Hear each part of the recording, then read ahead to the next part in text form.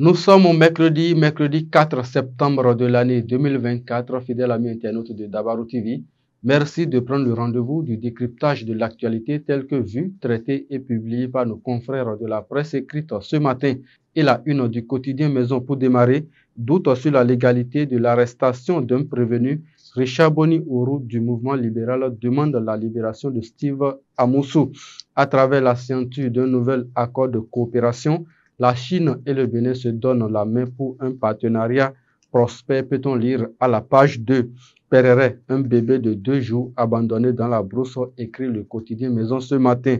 Département de l'Atlantique et du littoral, un présumé redoutable bandit interpellé par le commissariat de Toba, peut-on lire également à la page 5.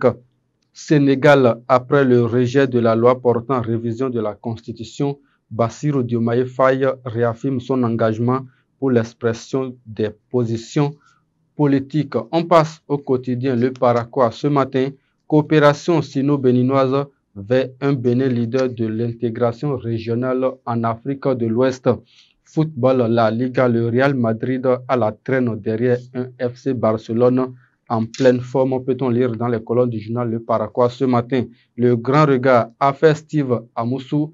La criette se fout des mandats d'arrêt de la justice togolaise, s'interroge le journal. Pereret, un bébé abandonné dans une brousse. Daibi Info, à présent, 3e édition du tournoi dénommé Sakina à Oria. Nous sommes dans la commune de Tchaourou, arrondissement de Tchatchou. Le chef d'arrondissement Joël Domagui fédère la jeunesse autour du cuiron.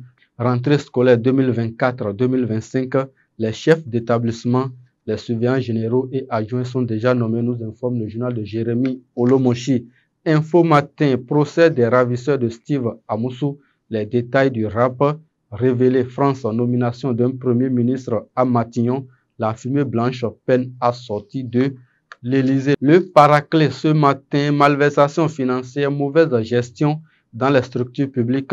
Talon doit-il être vraiment fier de ses collaborateurs, s'interroge le journal Sport scolaire de l'enseignement primaire, abommé aux couleurs des championnats nationaux. Matin libre, à présent, présentation de présumés ravisseurs à la criette.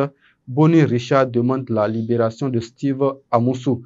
Kidnapping de Steve Amoussou, mandat d'arrêt à Lomé, procès à Cotonou. Le matinal, pour mettre un terme à la revue des titres de ce matin, affaire enlèvement de Steve Amoussou à la criette, des peines de prison ferme contre les ravisseurs, facilitation du commerce bilatéral et sécurité des consommateurs, l'axe Bénin-Chine se renforce.